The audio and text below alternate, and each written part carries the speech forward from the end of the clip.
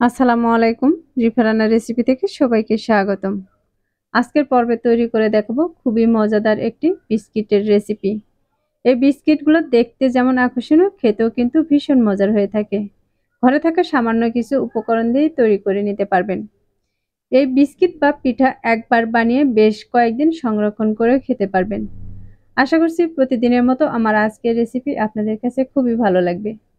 রেসিপিটি ভালো লাগলে ভিডিওতে একটি লাইক দেওয়ার অনুরোধ রইল। আমার চ্যানেলে নতুন এসে থাকলে চ্যানেলটি সাবস্ক্রাইব করে বেল আইকনটি অন করে রাখবেন। তাহলে আমি নতুন কোনো রেসিপি আপলোড দেওয়ার সাথে সাথে সবার আগে আপনাদের কাছে পৌঁছে যাবে। এবার চলে যাচ্ছি মূল রেসিপিতে। আজকের এই বিস্কিটটি বানানোর জন্য প্রথমে একটি মিক্সিং বলে দিয়ে দিচ্ছি আমি একটি ডিম। আজকের এই বিস্কিটগুলো আমি একটি ডিম দিয়ে তৈরি করে দেখাবো। এর সাথে দিয়ে দিচ্ছি আমি 2 টেবিল চামচের মতো চিনি। মিষ্টিটা আপনারা আপনাদের পছন্দ অনুযায়ী দিয়ে দিতে পারেন। এখন এই চিনি আর ডিমটাকে খুব ভালোভাবে ফেটিয়ে নিতে হবে। চিনি আর ডিমটাকে 1 থেকে 2 মিনিটের মতো ফেটালে দেখবেন চিনি আর ডিমের কালার কিন্তু একটু চেঞ্জ হয়ে যাবে। দেখতে পাচ্ছেন আমি কিন্তু 1 থেকে 2 মিনিট ফেটানোর পরে ডিমের কালারটা এরকম এসেছে। আর এর পর্যায়ে কিন্তু আমার ডিমটা ফেটানো হয়ে গেছে। এখন আমি এর মাঝে দিয়ে দিচ্ছি 1 টেবিল চামচের মতো সাদা তেল বা রান্নার তেল। এই তেলটা দেওয়ার পর আমি এই ডিমের সাথে কিন্তু আরো 1 থেকে 2 মিনিটের মতো এভাবে মিশিয়ে নিব। এবার মিশিয়ে নিলে থেকে তেলটা কিন্তু ডিমের সাথে খুব সুন্দরভাবে সেট হয়ে যাবে। এখন এগুলো কিন্তু আমার মেশানো হয়ে গেছে। এখন এখান থেকে আমি হ্যান্ড উইক্সটাকে উঠিয়ে নিচ্ছি। আর এর মাঝে দিয়ে দিচ্ছি আমি 1 কাপের মতো আটা। আপনারা চাইলে কিন্তু ময়দা দিয়েও বানিয়ে নিতে পারেন। দিয়ে দিচ্ছি সামান্য পরিমাণে বেকিং পাউডার আর দিয়ে দিচ্ছি স্বাদ মতো লবণ। এই লবণটা দিলে কিন্তু মিষ্টির ব্যালেন্সটা একদম ঠিকঠাক থাকবে। এখন দিয়ে দিচ্ছি সামান্য পরিমাণে এলাচি গুঁড়া। এলাচি গুঁড়োটা দিলে দেখা যাবে ডিমের যে একটা গন্ধ এটা কিন্তু আর থাকবে না। এখন আমি এই সবগুলোকে খুব সুন্দর করে মাখিয়ে নিব। দেখতে পাচ্ছেন আমি কিন্তু এখান থেকে এই চামিচটাকে উঠিয়ে নিচ্ছি। এবার এটাকে আমি হাত দিয়ে খুব ভালোভাবে মাখিয়ে নিব। এটাকে মাখিয়ে খুব সুন্দর একটি ডো তৈরি করে নিব। এই ডোটা কিন্তু খুব পাতলা বানাবো না, একটু শক্ত সাইজের করে ডো বানিয়ে নিতে হবে। ডোটা দেখে বুঝতে পারতেছেন এই ডোটা কতটুকু নরম হয়েছে বা কতটুকু শক্ত হয়েছে। এই পর্যায়ে কিন্তু আমার এই ডোটা কিন্তু মাখানো হয়ে গেছে। আমি বাটিটা দিয়ে আরেকটু সমান করে নিচ্ছি। এখন এটাকে বোর্ডে নিয়ে নিব। এটাকে বোর্ডে নেওয়ার পর আমি হাত দিয়ে ডলে ডলে কিন্তু এটাকে আরো সুন্দর করে গোল করে নিব। দেখতে পাচ্ছেন আমি কিন্তু এটাকে বোর্ডে দিয়ে আরো হাত দিয়ে খুব সুন্দর করে গোল করে নিচ্ছি। এখন এটাকে হাত দিয়ে চেপে একটু বড় করে নিব। এখন একটি রুটি বেলাতে এটাকে একটু রুটি বেলে নিতে হবে। এই রুটিটা কিন্তু খুব পাতলা বানাবো না, একটু মোটা সাইজের করেই রুটি বেলে নিতে হবে। দেখতে পাচ্ছেন আমি কিন্তু দুপাশ থেকে এভাবে ঘুরিয়ে ঘুরিয়ে খুব সুন্দর করে একটি রুটি বেলে নিয়েছি। আর রুটিটা কতটুকু মোটা রেখেছি তা দেখে কিন্তু বোঝা যাচ্ছে। এই পর্যায়ে এই রুটিটা কিন্তু আমার বেলে নেওয়া হয়ে গেছে। এখন একটি চাকু দিয়ে আমি চতুর সাইড থেকে এরকম করে কেটে নিব। চতুর সাইডটা এরকম করে কেটে বাদ দিয়ে দিলে দেখা যাবে এই পিঠাটা কিন্তু একটি চৌকোনা সাইজ হয়ে যাবে। আর এই সাইডগুলো আমি পরে আবারও বানিয়ে নিব। কারণ এটাকে কেটে কিন্তু আমি চারকোনা একটা শেপ দিয়ে নিয়েছি। এখন এখানে আমি হাতটা সামান্য পরিমাণে ভিজে এর উপরে লাগিয়ে নিব। এরপর এই সামান্য পরিমাণে পানি দিয়ে দিলে আমি যে তিলটা দিয়ে দিব এই তিলটা কিন্তু ভাজার পর আর ঝরে যাবে না। আমি চতুর্পাশে কিন্তু সমান করে পানিটা লাগিয়ে নিয়েছি। এখানে কিন্তু খুব বেশি পরিমাণে পানি দেওয়ার প্রয়োজন নেই।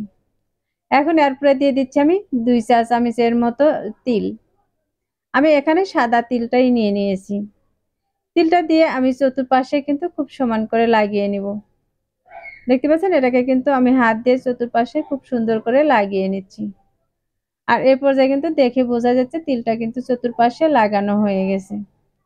এখন এই বেলনা দিয়ে আমি আলতো করে চেপে নিব, যেন তিলটা খুব সুন্দর করে সেট হয়ে যায়। এটাকে কিন্তু খুব জোরে চাপ দিয়ে বেলার প্রয়োজন নেই বা বেলে বড় করে নেওয়ারও প্রয়োজন নেই। এখন একটি চাকু দিয়ে আমি এগুলোকে কেটে নিব। আমি আজকের এই বিস্কিটগুলোকে একটু স্কোয়ার শেপে কেটে নিব। আপনারা চাইলে কিন্তু যে কোনো সাইজের করে কেটে নিতে পারেন। ছোট বড় যে কোনো সাইজের করে কেটে নিতে পারেন। আমার কিন্তু এখানে সবগুলো কাটা হয়ে গেছে, আর বাকিগুলো কিন্তু আমি একইভাবে বানিয়ে নিব। এখন এগুলোকে বোর্ড থেকে আমি একটি প্লেটে উঠিয়ে নিচ্ছি। তার জন্য আমি এখানে একটি প্লেট নিয়েছি, আর এই প্লেটের মাঝে কিন্তু আমি সবগুলোকে উঠিয়ে নিব।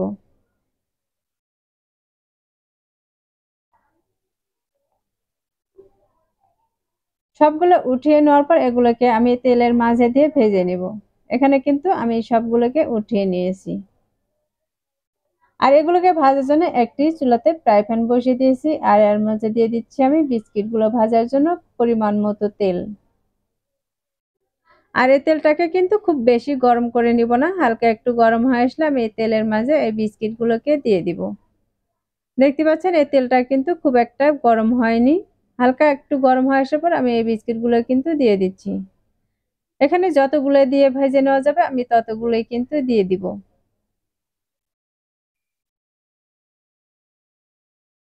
আমি সবগুলো এখানে দিয়ে দিছি, আর দেওয়ার পরে দেখেন সবগুলো বিস্কিট কিন্তু খুব সুন্দরভাবে ফুলে উঠেছে। এখন এক পাশে এগুলো কালার চলে আসলে আমি উল্টিয়ে নিব। সবগুলো বিস্কিটের গায়ে কিন্তু দেখেন সুন্দর একটি কালার চলে এসেছে, আর আমি এগুলোকে এক এক করে সব উল্টিয়ে নিচ্ছি।